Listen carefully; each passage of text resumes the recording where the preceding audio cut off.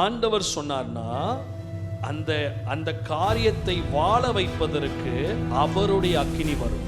ஆண்டவர் சொல்லாத விஷயத்தை செஞ்சோம்னா அதை செயல்படுத்துறதுக்கு இன்னொரு அக்கினி வரும். என்ன அக்கினி அது?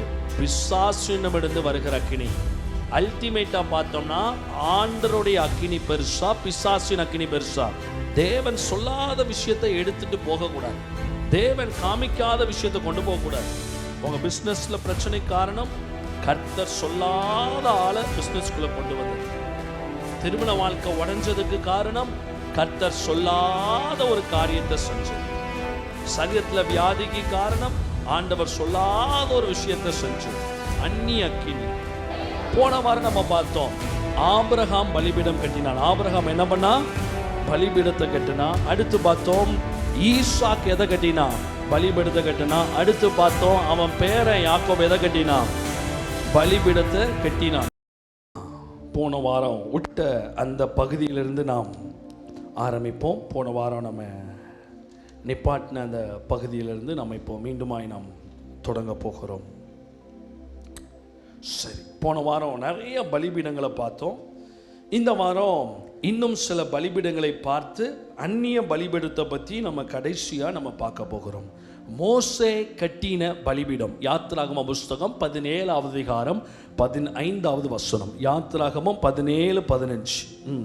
வாசிங்க, சத்தமாக வாசிங்க. யாத்திராகமம் 17:15. மோசே ஒரு பலிபீடத்தை கட்டி, சத்தமாக சொல்லுங்க, அதற்கு யெகோவா நிசி என்று பெயரிட்டு, வாசிங்க, அமலேக்கின் கை கர்த்தருடைய சிங்காசனத்துக்கு விரோதமாய் இருந்தபடியால் தலைமுறை அவனுக்கு விரோதமாய் கர்த்தரின் யுத்தம் நடக்கும் என்றான். கரங்களை உயர்த்தி ஹல்லேலூயா சொல்லுங்க பார்க்கலாம். நல்ல சத்தம் ஒரு ஹல்லேலூயா சொல்லுங்க பார்க்கலாம். போன வாரம் நம்ம பார்த்தோம் ஆபிரகாம் பலிபீடம் கட்டினான். ஆபிரகாம் என்ன பண்ணா? பலிபீடத்தை கட்டினா. அடுத்து பார்த்தோம் ஈசாக் எதை கட்டினா? பலிபீடத்தை கட்டினா. அடுத்து பார்த்தோம் அவன் பேரன் யாக்கோபு எதை கட்டினா? பலிபீடத்தை கட்டினான். அந்த ஆல்டர் ரைஸ் பண்ணுகிற முக்கியத்துவம் உங்க லைஃப்ல தெரிஞ்சிட்டுனா அற்புதங்கள் தன்னியல்பாக நடக்க ஆரம்பிக்கும். ஆல்டரை பில்டு பண்ண கற்றுக்கோங்க. ஆல்டரை உங்க ஃபேமிலிக்குள்ள ரைஸ் பண்ண கற்றுக்கோங்க. ஆல்டரை உங்க ஹார்ட்ல ரைஸ் பண்ண கற்றுக்கோங்க. கர்த்தர் பெரிய காரியங்களை செய்வார். போன வாரம் சொன்ன இந்த சப்ஜெக்ட், ஆபிரகாம் பலிபீடத்தை கட்டினா. அடுத்து யார் கட்டினா? ஈசாக்கு கட்டினா. அடுத்து யார் கட்டினா? யாக்கோபு கட்டினா. சொல்லுங்க, தாத்தா, மகன், பேரன், தலைமுறை தலைமுறையா. பக்கத்தில் பார்த்து சொல்லுங்க, தலைமுறை தலைமுறையா. நாங்கள் தான் டிசி மெம்பர். தலைமுறை தலைமுறையா பலிபீடத்தை கட்டினா. பலிபீடத்தை கட்டும்போது தான் சாபங்கள் உடைக்கப்படும். கர்த்தர் நினைவு கூர்ந்து அற்புதங்களை செய்வார். இப்போ அதுக்கடுத்து நம்ம பார்க்கிறோம் தாவீது கட்டின பலிபீடம். நிறைய பலிபீடங்களை நம்ம இப்போ அடுத்து பார்க்க போகிறோம். மோசே பலிபீடத்தை கட்டுறான். ஒரு பலிபீடத்தை கட்டி அந்த பலிபீடத்துக்கு என்ன பெயர் வைக்கிறான்? யெகோவா நிசின்னு பெயர் வைக்கிறான். கையை வைத்து சொல்லுங்க, என்னது? யுத்தத்தில் கர்த்தர் ஜெயத்தை கொடுத்ததுனால அந்த பலிபீடத்துக்கு என்ன பெயர் வைக்கிறான்? யெகோவா நிசி. அந்த யெகோவா நிசி கர்த்தருக்கு வெற்றியை கொடுத்ததுனால. எப்பவுமே வாழ்க்கையில் ஒரு விஷயம் நடப்பதற்கும் பலிபீடம் கட்ட வேண்டும். ஒரு விஷயம் நடந்து முடிந்ததுக்கு அப்புறமும் பலிபீடம் கட்ட வேண்டும். 2 பலிபீடம் உங்கள் லைஃப்பில் கட்டணும். ஒரு காரியம் நடப்பதற்கும் கட்ட வேண்டும், ஒரு காரியம் ஜெயமாய் முடிந்தபடியால் அதற்கும் கட்ட வேண்டும். கரங்களை தட்டி ஒரு ஆமென் சொல்லுகிறவங்க சத்தமாக கையை தட்டி ஒரு ஹல்லேலூயா சொல்லுங்க பார்க்கலாம். அடுத்து யாத்திராகமம் 24:4-5 வாசிங்க. மோசே கட்டின பலிபீடங்கள். சீக்கிரம் வாசிங்க. யாத்திராகமம் 24:4-5 வாசிங்க பார்க்கலாம். யாத்திரை 24:4-5. மோசே கர்த்தருடைய வார்த்தையை எழுதி வைத்து அதிகாலமே எழுந்து மலையின் அடியிலே ஒரு பலிபீடத்தை கட்டி இஸ்ரவேலினுடைய 12 கோத்திரங்களுடைய லக்கத்தின்படியே 12 தூண்களை நிறுத்தினான். இஸ்ரவேல் புத்திரரின் வாலிபரை அனுப்பினான். அவர்கள் சர்வாங்க தகன பலியை செலுத்தி கர்த்தருக்கு சமாதான பலிகளாகிய காளைகளை செலுத்தினார்கள். கரங்களை உயர்த்தி ஹல்லேலூயா சொல்லலாமே. எப்பேற்பட்ட தாசனா இருந்தாலும் கடவுளை முகமுகமா சந்திக்கிறவனா இருந்தாலும் அவன் எதை கட்டி ஆகணும்?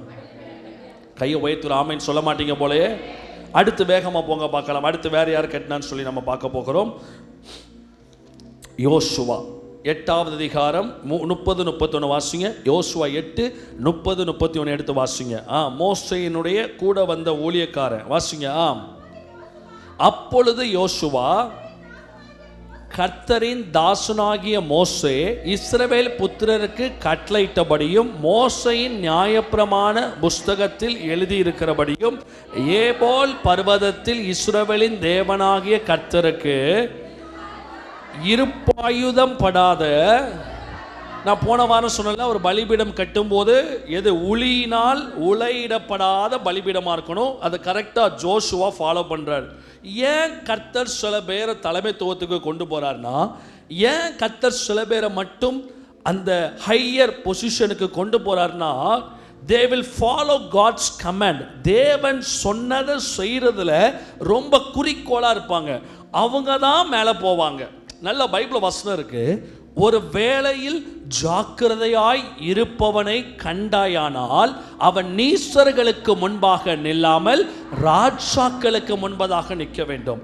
ஆண்டவருக்கு பலிபீடத்தை கட்டும் போது நீங்க சும்மா கட்டக்கூடாது, எசக்கு பொசக்க கண்டம் அணிக்கலாம் கட்டக்கூடாது. This is how you raise a strange fire. அதனால ஆண்டவருக்கு பலிபீடத்தை கட்டும்போது, நான் பலிபீடத்தை கட்டி எழுப்பியிருக்கிறேன். ஒரு 3 நாள் ஒரு பயங்கரமான ஒரு ஆண்டவருடைய அக்கினியை ரைஸ் பண்ணியிருக்கிறேன். ஒரு இன்விசிபிள் ஆண்டவருடைய அக்கினியை ரைஸ் பண்ணியிருக்கேன். நீங்கள் வேணாலும் பாருங்க, மிராக்கிள்ஸ் பயங்கரமாக விசுவாசிகள் வாழ்க்கையில் நடக்க ஆரம்பிக்கும். இன்னைக்கு ஆண்டவர் சொல்லுகிறாரு, மோசேக்கு அடுத்து யார் வாரா? யோசுவா. அவனும் சும்மா படுத்து தூங்கலை. கர்த்தர் வெற்றியை கொடுக்குறாரு, ஆசீர்வாதத்தை கொடுக்காரு. பலிபீடத்தை அவன் கற்றான். இருப்பாயுதம் படாத அந்த ஃபாலோமெண்ட், அந்த காரியங்களை தெளிவாய் மோசேக்கு கர்த்தர் என்ன சொன்னாரோ அதை அப்படியே ஒன்று விடாமல் பார்த்து அற்புதமாக ஒரு பலிபீடத்தை கற்றான். வாசிங்க பார்க்கலாம். அடுத்து வாசிங்க. அதன் மேல் கர்த்தருக்கு சர்வாங்க தகன பலிகளை செலுத்தி என்னவா சமாதான பலிகளையும் இட்டார்கள். போதும், யோசுவா பலிபீடத்தை கட்டினா. சரி, இப்போ இந்த டைப் ஆஃப் ஊழியக்காரங்களை பார்த்தாச்சு, மோசேயை பார்த்தாச்சு, யோசுவாவை பார்த்தாச்சு. அடுத்து நியாயாதிபதிகள் புஸ்தகத்துக்கு வாங்க. நியாயாதிபதி புஸ்தகம் 6வது அதிகாரம் 23-24 எடுத்து வாசிங்க. நியாயாதிபதிகள் 6:23-24 வாசிங்க பார்க்கலாம். அதற்கு கர்த்தர், உனக்கு சமாதானம், பயப்படாதே, நீ என்ன பண்ணுவதில்லை, சாவதில்லை என்று சொன்னார். கையை உயர்த்தி அல்லேலூயா சொல்லலாமே. உடனே இவன் ஸ்தோத்திர காணிக்கை செலுத்தி விட்டு ஓடி போய் விட்டான். ரிவைவல் வரணும் அப்படின்னா, கர்த்தருடைய அக்கினி எழும்பணும் அப்படின்னா, பவர் ஆஃப் காட் மக்கள் மேலே எம்பவர்மெண்ட் ஆகணும்னா, சுகம் வர வேண்டும் என்றால், விடுதலை வர வேண்டும் என்றால், சாவுக்கு எதுவான கண்ணிகள் உடைக்கப்பட வேண்டும் என்றால், ஜென்ம சாபம் அளிக்கப்பட வேண்டும் என்றால், பலிபீடத்தை கட்டும்போது தான் சாபங்களும் ஜென்ம கிரியைகளும் அளிக்கப்படும். இங்க நல்லா பாருங்க, கர்த்தர் உனக்கு சமாதானம், பயப்படாத, நீ சாவதில்லை என்று சொன்னார். அடுத்த வசனத்தை வாசிங்க. அங்கே கிதியோன் கர்த்தருக்கு எதை கட்டினான? கர்த்தருக்கு பலிபீடத்தை கட்டி யெகோவா ஷாலோம் என்று பெயர் வைத்தான். அது இந்நாள் வரைக்கும். சரி, சூப்பர். கிதியோன் கட்டினாரா இல்லையா? கையை வைத்து அல்லேலூயா சொல்லுங்க. கிதியோன் கட்டினாரா இல்லையா? கட்டினாரு. சரி, அடுத்து சாமுவேல் த ப்ராஃபட். 1 சாமுவேல் 7வது அதிகாரம் 17வது வசனம். The most and first prophet of Israel. இஸ்ரவேல் தேசத்தில் கர்த்தர் எழுப்பின அந்த முதலாம் தீர்க்கதர்சி. வாசிங்க, மேஜர் ப்ராஃபட். 1 சாமுவேல் 7:17 வாசிங்க பார்க்கலாமா. அவன் ராமாவுக்கு திரும்பி வருவான். இதுல ஒரு பியூட்டிஃபுல்லான ஒரு வசனம் இருக்குது. God chooses whom as a prophet. கர்த்தர் யாரை ப்ராஃபட்டா சூஸ் பண்றார் அப்படின்னா, வாசிங்க, இப்போ உங்களுக்கு புரியும். வாசிங்க. அங்கே அவனுடைய வீடு அங்கே இருந்தது. இந்த பாயிண்ட்ல நில்லுங்க. அவனுடைய வீடு ராமாவிலே இருந்தது. இஸ்ரவேலை நியாயம் விசாரித்து அவ்விடத்திலே கர்த்தருக்கு ஒரு பலிபீடத்தை கட்டினான். சத்தமா சொல்லுங்க. எவ்விடத்துல? வீடு இருந்த இடத்துல. பக்கத்துல பார்த்து சத்தமா சொல்லுங்க. எவ்விடத்துல? வீடு இருந்த இடத்துல. மேல இருக்கவங்களாம் சொல்லுங்க. எவ்விடத்துல? வீடு இருந்த இடத்துல. உங்கள் வாழ்க்கையில் தீர்க்க தரிசன ஆவி இறங்கணும்னா, உங்கள் லைஃப்பில் தீர்க்க தரிசன வல்லமை செயல்படணுமா, if you want to become a prophet, நீங்கள் ஒரு தீர்க்கதரிசியாக மாறணும்னா உங்கள் ஹவுஸ்க்குள்ளே, லிட்ரலாக உங்கள் வீட்டுக்குள்ளே ஆல்டரை பில்ட் பண்ணணும். 2 சாமுவேல் புஸ்தகம் 24:18-25. அன்றைய தினம் காத் என்பவன் தாவீதின் இடத்தில் வந்து அவனை நோக்கி, த ப்ராஃபட், காத் என்பவன் தீர்க்கதரிசி, நீ போய் எபூசியனாகிய அர்னாவின் களத்திலே, சும்மா உங்க அப்பா வீட்டில் நீ பலிபடுத்த கட்ட முடியாது, உங்க அம்மா வீட்டில் நீ பலிபடுத்த கட்ட முடியாது, வீட்டு பக்கத்துலேயே ஒரு சர்ச் இருக்கு, அங்கே போய் நீ பலிபடுத்த கட்ட முடியாது. நம்ம சர்ச்சுக்கு வர 15 கிலோமீட்டர் ஆகுது பாஸ்டர், நான் பக்கத்துலேயே ஒரு பலிபடுத்த கட்டிடட்டுமா? ஆண்டவர் தெளிவாக சொல்றார், நீ என்ன பண்ணணும்? நீ போய் எபூசியனாகிய அர்னாவின் களத்திலே கர்த்தருக்கு ஒரு பலிபீடத்தை உண்டாக்கும். வாசிங்க. காத் உன்னுடைய வார்த்தையின்படியே தாவீது, யார் கற்பித்த பிரகாரம்? பொண்டாட்டி சொல்லிட்டா, புருஷன் சொல்லிட்டான், அப்படி கிடையாது. யார் சொன்னா? கர்த்தர் கற்பித்த பிரகாரம் போனான். வாசிங்க. அர்னவா ஏறிட்டு பார்த்து ராஜாவும் அவனுடைய ஊழியக்காரர்களும் தன்னிடத்தில் வருகிறதை கண்டு, அர்னவா, இந்த பேர் ரொம்ப நல்லா இருக்குல்ல, அர்வனா. வாசிங்க. அர்வனா. வாசிங்க. அர்வனா எதிர்கொண்டு போய் தரை மட்டும் குனிந்து ராஜாவை வணங்கி, ராஜாவாகிய ஆண்டவன் தமது அடியானிடத்தில் வருகிற காரியம் என்ன என்று கேட்டதற்கு தாவீது, வாதை, கொள்ளை நோய், மக்கள் மத்தியில் ஒரே வியாதி, தேவனால் எழுப்பப்பட்ட வாதை நோய், மக்கள் மத்தியில் டிசீஸ், ஜனங்களை ஆட்டி படைக்கிற நோய். நான் இன்னைக்கு ஸ்ட்ராங்காக சொல்லுகிறேன், last 3 months I was building altar in my life. என் லைஃப்பில் ஆல்டரை கட்டி கட்டி கட்டி கட்டி எல்லா நோய்களையும் கர்த்தர் சுகமாக்கி, என் ஒய்ஃப்ட்ட சொன்னேன், உபவாச ஜெபம் ஆரம்பிக்கும் போது, உனக்காக நான் ஆல்டரை ரைஸ் பண்ணுறேன், ஸ்பிரிச்சுவல் வேர்ல்டில் ஆல்டரை ரைஸ் பண்ணுறேன். உனக்கு எந்த சரீரத்தில் வியாதி இருந்தாலும் நீ ஒரு பொருத்தனை பண்ணிப்பாரு, என் அபிஷேகத்தில் நீ ஒரு பொருத்தனை பண்ணிப்பாரு, ஒரு காணிக்கையை நீ ரெடி பண்ணி வச்சுக்கோ. நமக்கு ஒரு விஷயம் கடவுள் கற்றுக் கொடுத்துட்டாருன்னா சும்மா இருக்கலாமா? உங்களை மாதிரி இப்படி உட்காந்துலாம் இருக்க முடியாது. எனக்கு ஒரு ஆண்டு ஒரு ரெவலேஷன் கொடுத்துட்டாருன்னா, கர்த்தர் எனக்கு ஒரு வெளிப்பாடு கொடுத்துட்டாருன்னா அதை செஞ்சு பார்த்துருவேன். ப்ளஸ் ஆர் மைனஸ் அடித்து பார்ப்போம். முதல்ல வீட்டில் தான் ட்ரை பண்ணணும், அதுக்கப்புறம் எங்கே ட்ரை பண்ணணும்? வெளியே ட்ரை பண்ணணும். கம்ப்ளீட்டாக கர்த்தர் எங்கள் முழு குடும்பத்தையும் தமது அற்புத சுகத்தினால் நிறைத்து, கம்ப்ளீட்டாக எல்லாத்தையும் கர்த்தர் மாற்றி போட்டு அற்புதம் செய்கிறார். நிறைய பேருக்கு நோய் சுகமாகணும்னா என்னமோ நினைக்கிறாங்க. தேவன் சில பேர் மேல சில வியாதியை வர பண்ணி இருக்கிறார். சில கர்ப்பத்தை கர்த்தர் தான் அடைச்சிருக்கார். பிசாசு அடைச்சதை நீங்க ஜோமனி ஜெயிக்க முடியும். பிசாசு கொண்டு வந்த போராட்டத்தை நீங்க உபவாசத்தினாலும் ஜபத்தினாலும் நீங்கள் சரி பண்ண முடியும். ஆனா கர்த்தரே சில விஷயத்தை அடைச்சி வச்சிருக்கும் போது, நல்லா கிளியரா கவனிங்க, கர்த்தரே இந்த பொருளாதார பிரச்சனையை அனுப்பும்போது, கர்த்தரே இந்த வியாதியை உங்க சரீரத்தில் அனுமதிக்கும் போது, யார் அதை எடுக்கணும்? கர்த்தர் தான் எடுக்கணும். கர்த்தர் எடுக்கணும்னா என்ன பண்ணணும்? பலிபீடம் கட்டி பலியை செலுத்தி சாக்ரிஃபைஸ் பண்ணி, நம் சார்பில் ஏதாகிலும் முன்ன அந்த பலிபீடத்தில் இருக்கணும். நான் ஒன்று சொல்கிறேன், இவனுங்க எதுக்கெடுத்தாலும் ஒரு பலியை வச்சுருக்கானுங்க. தமிழ்நாட்டில் ஒரு பலி, தமிழ்நாட்டில் பாப்புலரான பலி, நாட் இன் ஃபாரின் கண்ட்ரிஸ். தமிழ்நாட்டில் கற்றுக் கொடுத்த பலி என்ன தெரியுமா? என்னை முழுமையாக தருகிறேன், சந்தோஷம். இப்போ நான் ஒரு பாயிண்ட்டை சொல்கிறேன். எதுக்கெடுத்தாலும் வந்துடுவானுங்க, என்ன முழுசா தாரேன்னு. சந்தோஷம். சரி, 1999 முழுசாக கொடுத்துட்ட தேவனுக்கு. கரெக்டா இல்லையா? கையை தூக்கி ஒரு ஆமேன் கொடுக்கல போலையே. நீங்கள் இன்னும் ரட்சிக்கப்பட்ட நாளில் நீங்கள் செஞ்ச பலி என்னது? என்ன?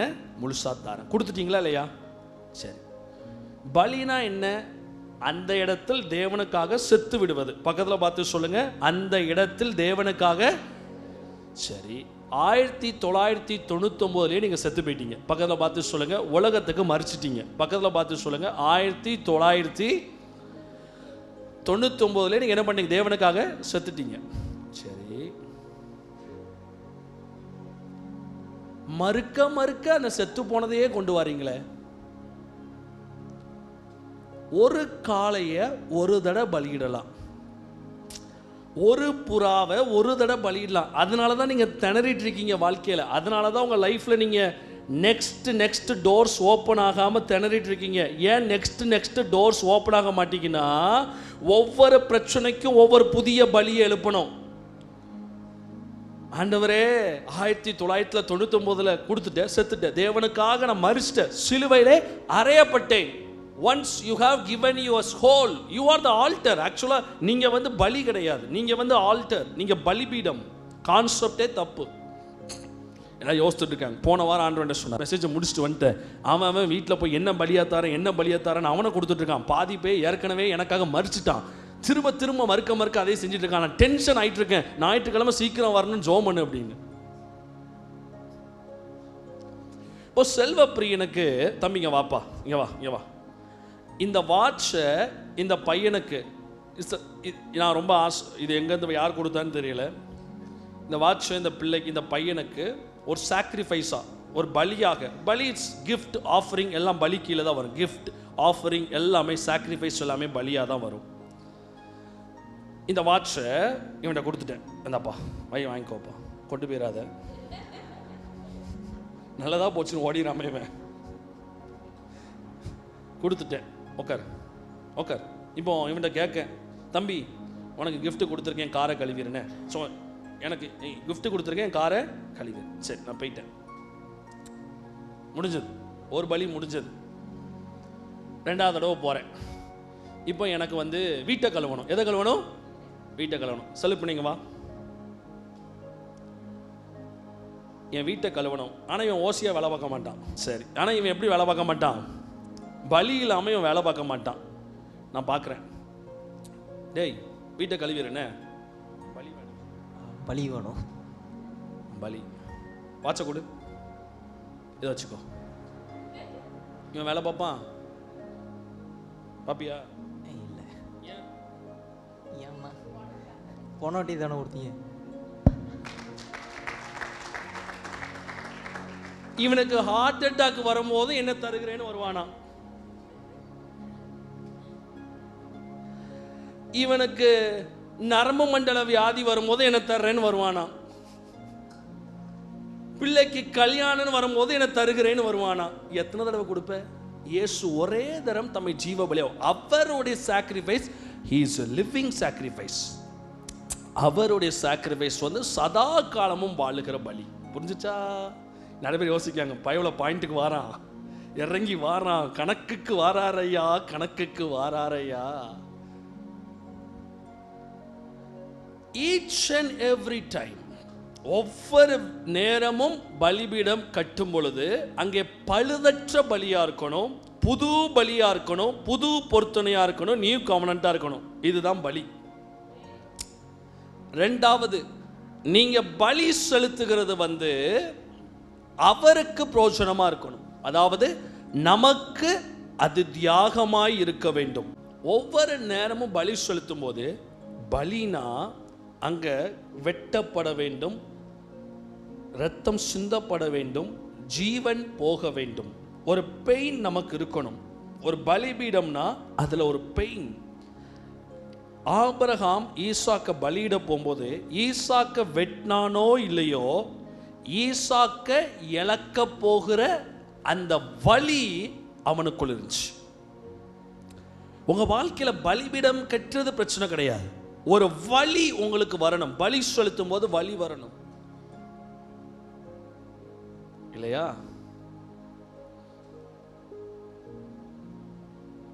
பகலில் பார்த்து சொல்லுங்க, என்னை தருகிறேன், என்னை தருகிறேன். இந்த கதையெல்லாம் விட்டுருங்கன்னு சொல்லுங்க. பகலில் பார்த்து சொல்லுங்க, என்னை தருகிறேன், என்னை தருகிறேன், என்னை.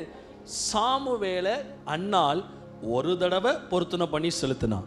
டெய்லியுமா வந்து செலுத்திட்டு இருந்தா அது வேற. குழந்தை பெக்கிறதுக்காக சாமுவேலை கொடுத்தாள். ஆனால் அந்த சாமுவேல் நான் தான் பலின்னு சொல்லிட்டு அவன் பலிபீடம் கட்டாமல்ல, பலி செலுத்தாமல்ல, ஒவ்வொரு தடவையும் அவன் பலிபீடம் செலுத்தினான்.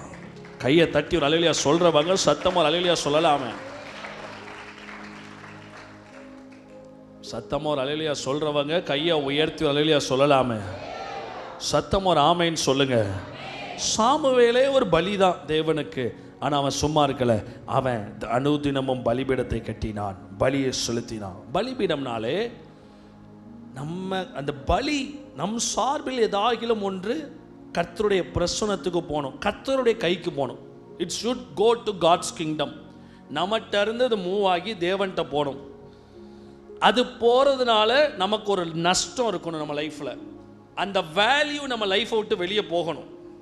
போனாதான் கத்துறதை அங்கீகரிச்சு சுகந்த வாசம். உனக்கு அது பெயின், ஆனால் அவருக்கு அது ஃப்ளேவர். அதை உகர்ந்து அதை அப்படின்னு கர்த்தர் மோந்து பார்ப்பாராம். பக்கத்தில் பார்த்து சொல்லுங்க பார்க்கலாம், உங்கள் பலியை பிதாவாகிய தேவன் மோந்து பாருங்க பார்க்கலாம். இன்னைக்கு நான் சொல்கிறேன், உங்கள் வாழ்க்கையில் ஒரு முடிவெடுங்க.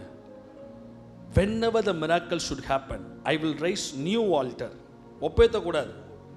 ஒரு புது பலிபீடத்தை கட்டி, யெகோவா நிசிக்கு பலிபீடம், யெகோவா ஈரேக்கு ஒரு பலிபீடம், ஒவ்வொரு தேவனுடைய நாமத்துக்கு ஒரு பலிபீடம், ஒவ்வொரு மிராக்களுக்கு ஒரு பலிபீடம், ஒவ்வொரு மிராக்களுக்கும் ஒரு பலி, ஒவ்வொரு அற்புதத்துக்கு ஒரு பலி. புதுசு புதுசா கட்டுங்க, புதுசு புதுசா செலுத்துங்க. கர்த்தர் மேல இருந்து இறங்கி வந்து உங்க லைஃபை தூக்கி எடுத்து மேல கொண்டு போவார். கையை தட்டி அல்லேலூயா சொல்றவங்க சத்தமா, கரங்களை மேல இருக்கவங்க எல்லாம் கையை தட்டி ஒரு அல்லேலூயா சொல்றவங்க சத்தமா ஒரு அல்லேலூயா சொல்லுங்க. சத்தமா ஒரு அல்லேலூயா சொல்லுங்க. சத்தமா ஒரு அல்லேலூயா சொல்லுங்க. ஒரு அல்லேலூயா.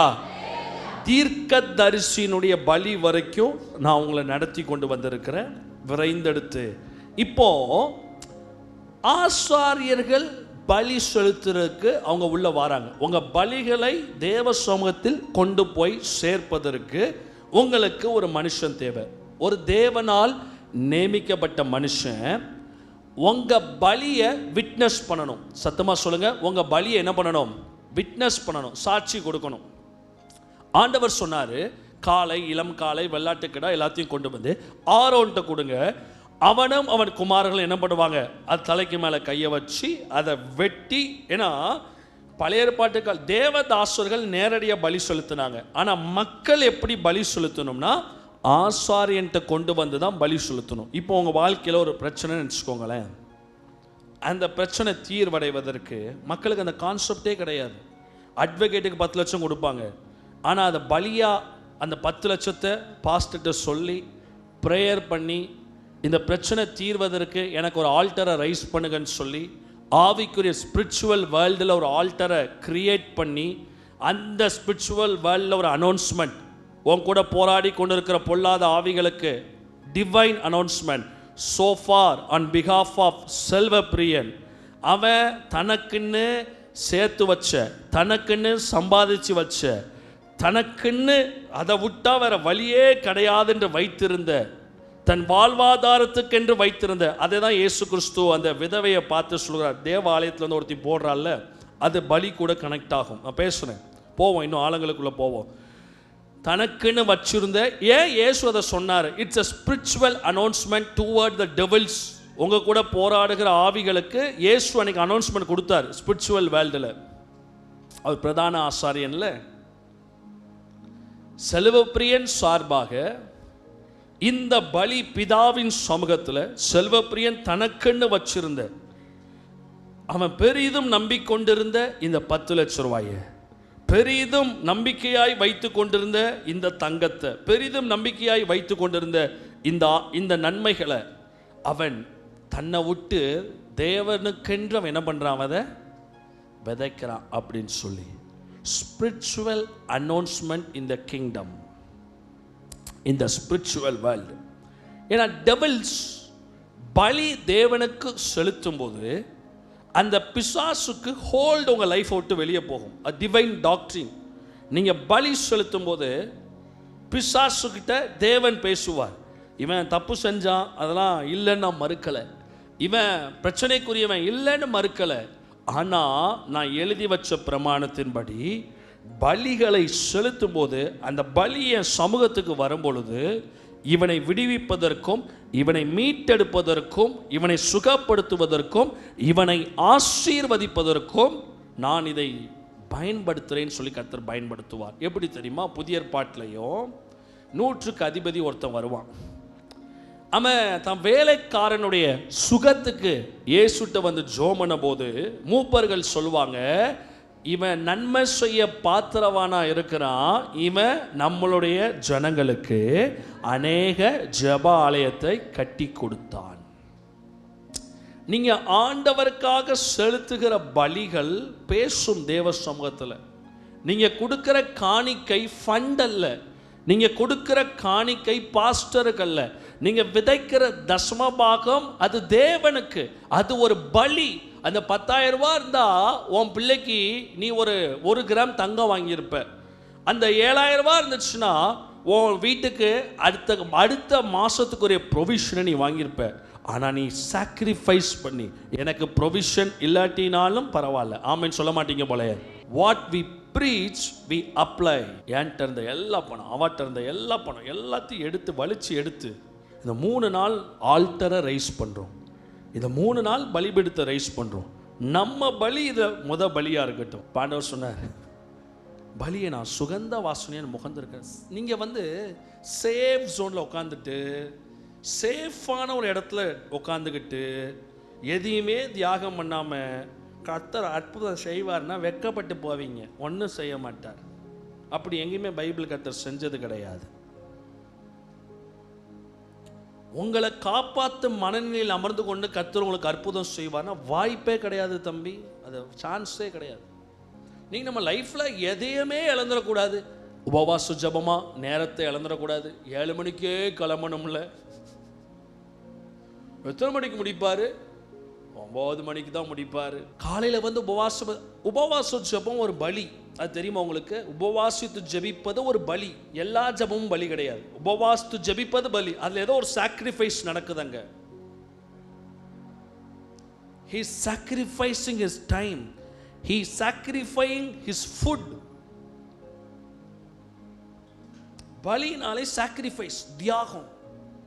அப்போ நான் சொன்னேன் நேற்று புதுசாக அந்த பசங்கள்ட்ட, இப்படி இருக்காதீங்க, ரொம்ப ரொம்ப ரொம்ப கேல்குலேட்டிவாக இருக்காத லைஃப்பில் தோற்று போயிடுவீங்க அப்படின்னு சொல்லி. எவ்வளவு நீ கஷ்டப்பட்டு படித்தாலும், நீ எவ்வளவு தூரம் நீ எங்கே போனாலும் கடவுள் உன்னை தூக்க மாட்டார், ட்ராப் ஆகி போயிரு. உண்மை, ஆண்டவர் லிஃப்ட் பண்ணி மேலே கொண்டு வர மாட்டார், லைஃப் ட்ராப் ஆயிரும். நீங்கள் நம்ம ஆண்டவருக்காக சில அசாதாரணமான சில தியாகங்களை பண்ணணும். அந்த ஏழை விதவை ஏன் இயேசு கிறிஸ்து 2 காசு போட்டதை பெருசா பேசினார்? ஏன்னா ஆசாரியன் பார்வையில் 2 காசு வேல்யூ கிடையாது. ஏன்னா அவளை தாண்டி 10 காசு 15 காசு போட்டவன் நிறைய பேர் இருப்பான். ஆனால் இயேசு பார்க்கிறார், தன் ஜீவனுக்கு வைத்திருந்த எல்லாத்தையும் செலுத்தினார். இன்னொரு விஷயம் சொல்றேன், நல்லா கவனிங்க. சாரிபாத் விதவை வீட்டுக்கு போகும்போது தீர்க்கதரிசி, இதெல்லாம் பலிங்க, தியாகம்னு வந்துட்டாலே அது பலி. தியாகம்னு வந்துட்டாலே இது என்னது? பலி.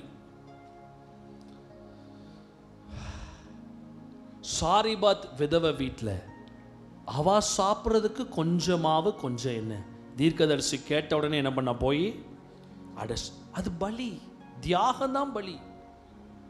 ஒரு மிருகம் பலிபீடத்தில் தன்னை தியாகப்படுத்தினது. இன்னைக்கு மக்கள் அப்படி கிடையாது, மென்டாலிட்டி அப்படி இல்லை. நான் பணத்தை பற்றி பேசல, இயற்கையாகவே தேவனுக்காக தேவ ராஜ்யத்துக்காக ஒரு தியாக மனநிலை. என் பிள்ளை தானே பாஸ்டர், சர்ச்சில் நின்னா நிற்கட்டுமே, பரவாயில்ல பாஸ்டர். நீ கர்த்தர் உங்கள் வாழ்க்கையும் ஆசீர்வாதமாக மாற்ற நினைக்கிறார். அதனால தான் ஆண்டவர் உங்களோட பேசி கொண்டு இருக்கிறார். நான் லிட்ரலாக ஸ்பிரிட்டில் நான் ஃபீல் பண்ணேன், நிறைய பேர் உள்ளத்தில் கர்த்தர் ஒரு ஏவுதலை கட்லைட்டும் ரொம்ப ஜாலியாக உட்காந்துருக்கீங்க. டேஞ்சரஸில் போய் முடியும். பலி நேரத்தை செலுத்தி, டைமை செலுத்தி ஆண்டவர் சமூகத்தில் உட்காந்து சாயங்காலம் ஞாயிற்றுக்கிழமை நடக்கிறியா, கால் வலிக்குதா, நான் சொல்வேன் ஊழியம் பண்ணுறியா, கால் வலிக்கிற வரைக்கும் நடந்து ஊழியம் பண்ணு, தண்ணி தாகம் எடுக்கிற வரைக்கும் ஊழியம் பண்ணு, தலை சுத்துற வரைக்கும் ஊழியம் பண்ணு, உன் உடம்பை வருத்தி தேவனுக்காக ஊழியம் பண்ணு. மனுஷகுமாரனுக்கோ தலை சாய்க்க சாக்ரிஃபைஸ்.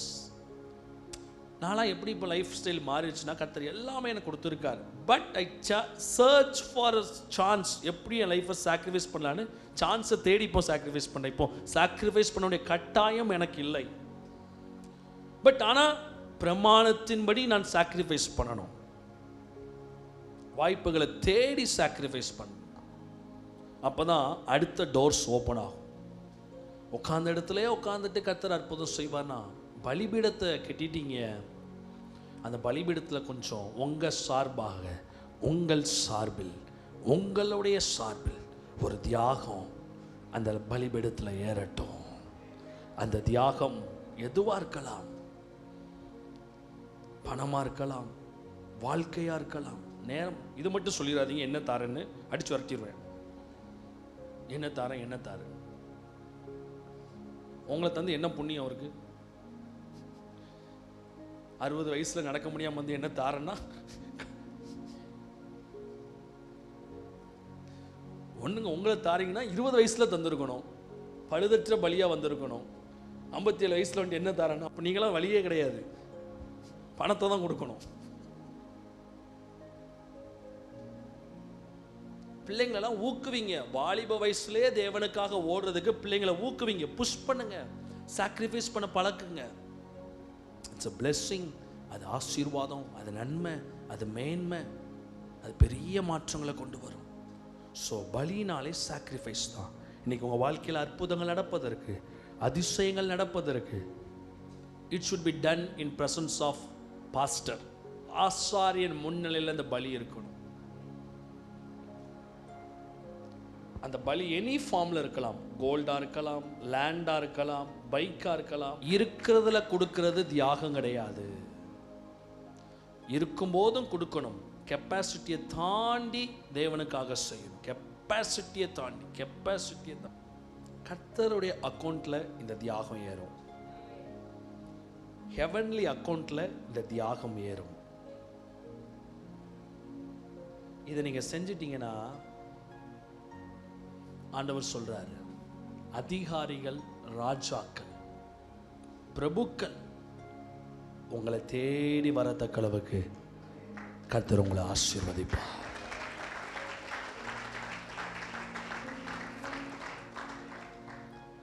அர்னாவை தேடி தாவீது வந்தான். உங்க லைஃப் சீக்ரெட்டை சொல்லித்தாரு. பலிபீடம் கட்டக்கூடிய தன்மை உங்களுக்குள் இருந்தால், தாவீதுட்ட பலிபீடம் கட்டுறதுக்கு ஆசை இருந்துச்சு, பணம் இருந்துச்சு, ஆனால் பலிபீடத்தை கட்டக்கூடிய தன்மை எங்க இருந்துச்சு? இவன் இடத்துல இருந்துச்சு. நீ கர்த்தர் இந்த சபையை பலிபீடத்தை கட்டக்கூடிய தன்மை வாய்ந்த சபையா கர்த்தர் மாற்ற போகிறார். தாவீத போல ராஜாக்கள் வந்து நிற்பாங்க, பலிபீடத்தை எங்களுக்கு கட்டி கொடுங்க, சுக பலிபீடத்தை கட்டி கொடுங்க. டெப்த்துக்குள்ளே போனாதான் அதெல்லாம் சரியாகும். ஆழத்தில் பேதுரு பார்த்து சொல்கிறார்ல, படகை தள்ளி கொண்டு போய் எங்கே போடுங்க. நீ எவ்வளவு தூரம் சத்தியத்தின் ஆழத்துக்குள்ளே போறியோ அங்கே தான் அற்புதம் இருக்கும். டெப்த் ஆஃப் த டாக்டரினில் தான் மிராக்கிள்ஸ் இருக்கும். ஃப்ளோட்டிங் ஸ்டேஜில் உன் போட் எம்டியாக இருக்கும். டெப்த்துக்குள்ளே போனால் தான் மிராக்கிள்ஸ் நடக்கும். Sacrifice something for God. இன்னைக்கு உங்கள் பிஸ்னஸ் வளர்றதுக்கு இதை தான் டெவில்ஸ் செய்யுது. ஜீசஸ் என்ன பண்ணுறாரோ அதை காப்பி பண்ணுறது தான் டெவில். இதெல்லாம் வந்து பிசாசு, ஒளியின் தூதன், பிதா என்னெல்லாம் பிரமாணத்தை வச்சிருக்காரோ அவன் அந்த எல்லா பிரமாணத்தையும் கையாளுறான். ரட்சிக்கப்பட்ட நம்ம தான் அவரை கையாளுறதில்லை. they replicate the light of the Jehovah. Jehovah தேவன் என்ன சொன்னாரோ அதை அவனுக்கு எடுத்துட்டான். ஒளியின் தூதன் தானே, இயேசு கிறிஸ்து போலவே இருப்பான், இயேசு கிறிஸ்து மாதிரியே பேசுவான், இயேசு கிறிஸ்து மாதிரியே அற்புதங்கள் செய்கிறான். It's a spiritual altar. Altar is more important. ஆட்சியை பிடிக்கிறவங்க கூட, திரும்ப சொல்கிறேன், ஆட்சியை பிடிச்சவங்க கூட ஒரு பலிபீடத்தை எழுப்பி தான் ஆட்சியை பிடிக்காங்க. பலிபீடத்தை நம்பாதவங்க தோத்து போயிட்டாங்க. என்னதான் உன் மேலே வாக்குத்தத்தம் இருந்தாலும், என் மேலே தேவ திட்டங்கள் இருந்தாலும், ஒன்று இருட்டை நம்பு, ஒன்று வெளிச்சத்தை நம்பு. இருட்டுக்கும் வல்லமை இருக்குது. இருட்டுக்குள்ளேயும் சில விஷயம் நடக்கும்.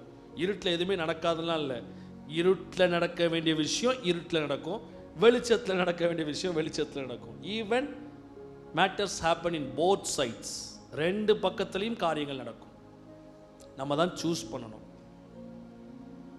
அதான் எலியா சொல்றான, பலிபீடத்தை கட்டுறதுக்கு முன்னாடி கர்த்தர் தெய்வம்னா பாகால் தெய்வம்னா டிசைட் பண்ணு. ரெண்டு நான் திரும்பி சொல்றேன் பிரசங்கத்தில், ரெண்டுக்குமே பவர் உண்டு. நீ எந்த பவருக்குள்ள போனா பரலோகம் போவியோ யோசித்து அந்த பவருக்குள்ள ஸ்ட்ராங்கா வா. ஒன்று வாழ்ந்தா கர்த்தருக்குள்ள அற்புதம், அடையாளம், அபிஷேகம், வல்லமை, வெற்றி நிறைந்த வாழ்க்கை வாழு. இல்லையா அறகுறையா வாழ்றியா, கிளம்பி வெளியே போ, இருளுக்குள்ள போ, பாகாலுக்கு பின்னாடி போ. இன்னைக்கு இயேசுவின் நாமத்தினால சொல்றேன், உங்க கண்கள் திறக்கப்படுவதாக, இருதயம் திறக்கப்படுவதாக, உங்க ஆவிக்குரிய மண்டலங்கள் திறக்கப்படுவதாக. அந்த ஜீவ பலிபீடத்தை கட்டி அதிலே ஒரு பலியை தேவனுக்கென்று செலுத்தும்படி நிர்ணயம் செய்யும் பொழுது கர்த்தர் அற்புதங்களை செய்வார். கையை தட்டி ஒரு ஆமைன்னு சொல்றவங்க நல்ல கையை தட்டி ஒரு அலையில சொல்லலாம். அந்நிய அக்கினி. இப்போ உங்களாரையும் கெட்ட சொல்லியாச்சா? இப்போ ஆர்வம் வந்துடும். பக்கத்தில் பார்த்து சொல்லுங்க, ஆர்வம் பயங்கரமாக வந்துடும். பக்கத்தில் பார்த்து சொல்லுங்க, ஆர்வம் பயங்கரமாக வந்துடும். நம்ம மக்களுக்கு ஏதாவது ஒன்று சொல்லி கொடுத்துட்டோம்னா உடனே என்ன தெரியுமா வரும்? எப்படி ஆகிலும் இதை பண்ணி என்ன பண்ணிடணும், மேலே போயிடணும். Enthusiastic life. பொங்கி பொங்கி பொங்கி இப்போ நான் வீட்டுக்கு போனோடனே 12:30 பொங்கும். எசக்க பொசக்க பண்ணேன்னா என்ன நடக்கும் அப்படிங்கிறது நீங்கள் நினைக்கிற மாதிரி பலிபீடம் கட்ட முடியாது. லேவியராகமம் புஸ்தகம் 10ஆம் அதிகாரம் 1 முதல் 2 வாசிங்க பார்க்கலாம். லேவியராகமம் 10 1 முதல் 2 வாசிங்க. பின்பு ஆரோனின் குமாரனாகிய நாதாபும் அபியோவும் தனக்கு கொடுக்கப்பட்ட வல்லமை வரங்கள், தனக்கு என்னெல்லாம் கடவுள் கொடுத்தாரோ அவளத்தையும் வச்சு வாசிங்க. Self skill. இந்த இடத்துல என்ன சொல்லணும்னா, காட் கிவன் ஸ்கில்ஸ், தேவன் அவர்களுக்கு கொடுத்த ஸ்கில்ஸ். வாசிங்க, அடுத்து வாசிங்க. அவைகளில் அக்கினியையும் அதன் மேல் தூப வர்க்கத்தையும் போட்டு கர்த்தர் தங்களுக்கு கட்டளை இடாத அந்நிய அக்கினியை அவருடைய சந்நிதியில கொண்டு வந்தார்கள். வாசிங்க. அப்பொழுது அக்கினி, தம்பி வாசிங்க, அப்பொழுது அக்கினி கர்த்தருடைய சந்நிதியிலிருந்து புறப்பட்டு அவர்களை பட்சித்தது. எப்படி அந்நிய அக்னி வாழ்க்கையில் உருவாகுதுன்னா, கர்த்தர் கட்டளையிடாத விஷயம், ஆண்டவர் சொல்லாத ஒரு மேட்டர் உங்கள் லைஃப்பில் நீங்கள் உருவாக்குவீங்கன்னா எப்படி தெரியுமா? அக்கினி பலிபீடத்திலிருந்து எழும்பி வரும். கர்த்தருக்கு பலி செலுத்தும் போது பலிபீடத்திலிருந்து ஒரு ஃபயர் எழும்பி வரும். இவன் என்ன பண்ணிட்டான்னா, இவன் பலி செலுத்தும் போது ஃபயர் எழும்பலை. பக்கத்தில் பார்த்து சொல்லுங்க, இவன் பலி செலுத்தும் போது, சொல்லப்போனா இவன் மாப்பிள்ளைக்காக ஜோம் பண்ணும்போது கர்த்தர் மாப்பிள்ளையை கொண்டு வரல. இவன் மாப்பிள்ளைக்காக ஜோம் பண்ணும்போது உடனே இவன் சுய திறமையில அங்க இங்க போய் ஒரு மாப்பிள்ளையை பிடிச்சிட்டு வந்துட்டான். தன் தூப கலசத்தை வைத்து, எக்ஸாம்பிளுக்கு சொல்றேன், தன் தூப கலசத்தை வைத்து இவன் சுய திறமையில என்ன பண்ணிட்டான், இவன் மாப்பிள்ளையை பிடிச்சிட்டு வந்துட்டான். இப்போ இந்த இடத்துல அங்க கல்யாணம் நடக்குன்னு நினைச்சுக்கோங்களேன். அந்த கல்யாணம் என்ன கல்யாணம் தெரியுமா? அந்நிய அக்கினியின் கல்யாணம். இந்த புருஷனும் பொண்டாட்டியும் சேர்ந்து எதை ரிலீஸ் பண்ணுவாங்கன்னா, ஸ்ட்ரேஞ்ச் ஃபயர். வாழ்க்கை முடிவு ரொம்ப மோசமாகும். That's the reason for divorce in families. இந்த அந்நிய அக்கினி அப்படிங்கிறது எல்லா ஆஸ்பெக்ட்ஸ்லையும் பொருந்தும். கர்த்தர் கர்த்தர் கர்த்தர் சொல்லாமல் ஆரம்பிக்கிற பிஸ்னஸ், கர்த்தர் சொல்லாமல் பிஸ்னஸ்குள்ளே கொண்டு வருகிற பிஸ்னஸ் பார்ட்னர், கர்த்தர் சொல்லாத ஊழியத்தை செய்கிறது.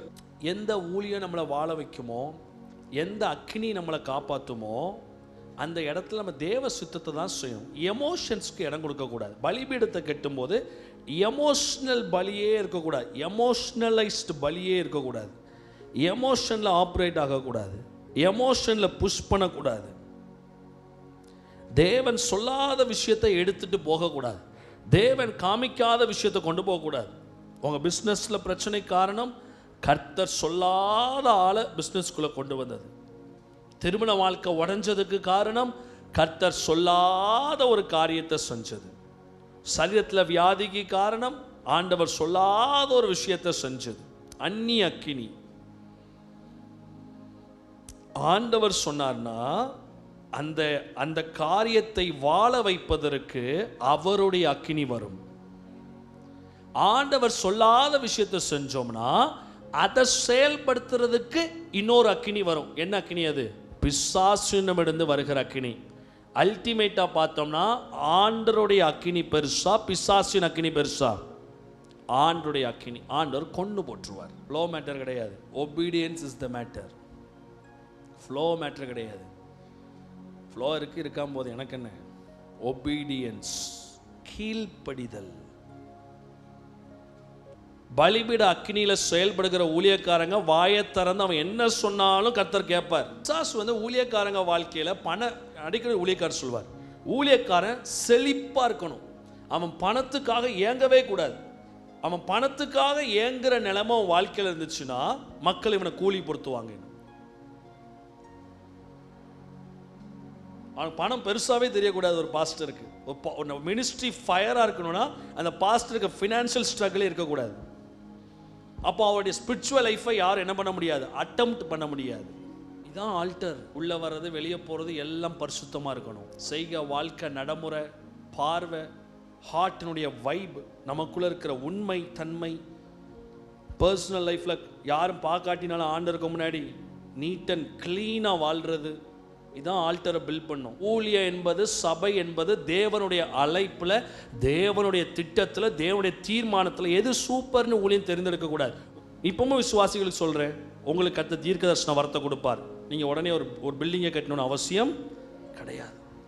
ஆதி திருச்சபைகள் எல்லாரும் பேய்களை விரட்டினார்கள், யாரும் அப்போஸ்தலராக மாறலை. பீப்புளுக்கு அந்த கான்செப்ட் தெரியணும். கொஞ்சம் தேவன் பயன்படுத்த ஆரம்பித்த உடனே, கொஞ்சம் ஆண்டவர் பயன்படுத்த ஆரம்பித்த உடனே, கொஞ்சம் தேவனை எங்களை உபயோகப்படுத்த ஆரம்பித்த உடனே நம்மளும் பாஸ்டர் ஆகிடலாம், நம்மளும் பலிபீடம் கட்டிடலாம், நம்மளும் பண்ணிடலாம். இல்லை, நிறைய பேர் யோசிக்கிறீங்க ஏன் பாஸ்டர் சாபம் விடுறாருன்னு. சாபம் விடலை, டிவைன் அக்சஸ் இந்த இடத்துல எப்படி இருக்குது அப்படிங்கிறது உங்களுக்கு தெரியும். பாஸ்டர் சொன்னது எப்படி நடக்கு அப்படின்னு கிடையாது. தேவன் பாஸ்டருக்கு கொடுக்குற வெளிப்பாடு எவ்வளோ ஸ்ட்ராங்காக இருக்குது அப்படிங்கிறது உங்களுக்கு தெரியும். இன்றைக்கி உங்கள் வாழ்க்கையில் தயவு செஞ்சு சொல்கிறேன், ஆண்டவர் சொல்லாத எந்த விஷயத்தை செஞ்சாலும், ஈவன் நான் இப்போ ஆண்டவர் சொல்லாத விஷயத்தை செஞ்சேன்னா என் லைஃப்பில் என்ன எழும்பும்? அந்நிய அக்கினி எழும்பும். பாஸ்டர் உங்களுக்கு என்ன ஊழியம் கொடுத்துருக்காரோ, யூத் மினிஸ்ட்ரி கொடுத்துருக்காரா, அதை செய். டிவைன் கமாண்ட் உனக்கு. அது ஆசைப்பட்டு வேற ஊழியத்துக்கு போக நினைக்காத. You will create strange fire. நீ அந்நிய அக்கினி எழுப்புவ. பாஸ்டர் உன்னை சிறுவர் ஊழியத்தில் வச்சிருக்காரா, இங்கேருந்து உட்காந்துட்டு எப்போ நான் யூத்துக்குள்ளே போகலான்னு மண்டையை குடையக்கூடாது. அப்படி நீ போக முயற்சி செஞ்சால் நீ எதை எழுப்புவ? அந்நிய அக்கினி எழுப்பு. க்ளீனாக வாழுங்க. மற்றவங்களுக்கு ஆசையே படாதீங்க. பிறனுடைய பொருள் ஒன்றையும். நிறைய பேருக்கு ஆசை பாஸ்டர் மாதிரி ஆகணும் அப்படின்னு. என் மேலே இருக்க அபிஷேகத்தை இச்சிக்காதீங்க. உங்களுக்கு கர்த்தர் கொடுத்ததையும் நான் இச்சிக்கக்கூடாது. அதுலேயும் பாஸ்டர்ஸ் கேர்ஃபுல்லாக இருக்கணும். பிரதருக்கு இன்னைக்கு ஆண்டவர் 10 லட்ச ரூபா சம்பளம் கொடுக்கலாம், இங்கே உட்காந்து இச்சிக்கக்கூடாது. 10 லட்ச ரூபா எனக்கு கிடைச்சா நல்லா இருக்குமே, தேவையில்லை. நீங்கள் உங்கள் ஆல்டரை கட்டும்போது நீங்கள் தான் பலிபீடம். உங்கள் life style, your thoughts, your mentality கிளியராக இருக்கும்போது பலியும் தியாக மனப்பான்மையோடு அதில் பலியை நீங்கள் ஏற்றும் பொழுது பலிபீடத்திலிருந்து அக்கினி எழும்பி உங்கள் பலியை ஏற்றுக்கொண்டு பரலோக அற்புதங்கள் நடக்கும். கையை தட்டி அலையில சொல்றவங்க உங்கள் பலிபீடத்தை சூப்பர் ஆக்குங்க. கர்த்தர் மேலேருந்து பார்க்கும்போது யோசிக்கணும், நான் வந்தா எந்த பலிபீடத்தில் வரணும்? ஜெஃபர்சனுடைய பலிபீடத்தில் வரணும், சித்ராவுடைய பலிபீடத்தில் வரணும், பவித்ராவுடைய பலிபீடத்தில் வரணும், ரதியுடைய பலிபீடத்தில் வரணும். ஆமீன் சொல்லுங்க. விக்டருடைய பலிபீடத்தில் வரணும், நிவேதாவுடைய பலிபீடத்தில் வரணும், ஷாலினியுடைய பலிபீடத்தில் வரணும், பிரவீனுடைய பலிபீடத்தில் வரணும், செல்வப்பிரியனுடைய பலிபீடத்தில் வரணும். மேலே எல்லாம் புதுமுகமாக இருக்கீங்களே, எக்ஸெட்ரா எக்ஸெட்ரா எக்ஸெட்ரா உங்கள் பலிபீடத்தில் வரணும்னு கர்த்தர் ஆசையாக இறங்கணும். மாரியப்பன் பிரதருடைய பலிபீடத்தில் கர்த்தர் இறங்கணும். கர்த்தர் லவ் பண்ணி உன் வீட்டுக்குள்ளே வரணும். கையை தட்டி ஆமேன்னு சொல்லுகிறவங்க நல்ல சத்தமாக கையை தட்டி ஹல்லேலூயா சொல்லலாமே. எவ்வளவு பெரிய பிரச்சனையா இருக்கட்டுமே, சேலஞ்ச் பண்ணி சொல்றேன், ஆல்டரை ரைஸ் பண்ணுங்க, தியாகமா தேவனுக்கு அதில் ஒன்று செலுத்துங்க. செலுத்தும் போதே வாயை திறந்து சொல்லுங்க. இந்த காரியம் நடந்து முடிஞ்சதுக்கு அப்புறம் பொருத்தனை என்கிற பலிபீடம், அடுத்த வாரம் பலிபீடத்தினுடைய டைப்ஸை பார்க்க போறோம். பொருத்தனை என்கிற பலிபீடம், மொதல் பலிபீடம் அற்புதம் நடப்பதற்கு, ரெண்டாவது பலிபீடம் அற்புதம் நடந்து முடிந்ததற்கு. அன்பான தேவ பிள்ளைகளே, கிறிஸ்தவ வாழ்க்கை பவர்ஃபுல்லான வாழ்க்கை. தேவன் நமக்கு கொடுத்த வாழ்க்கை எவனும் எதிர்க்க முடியாத வாழ்க்கை.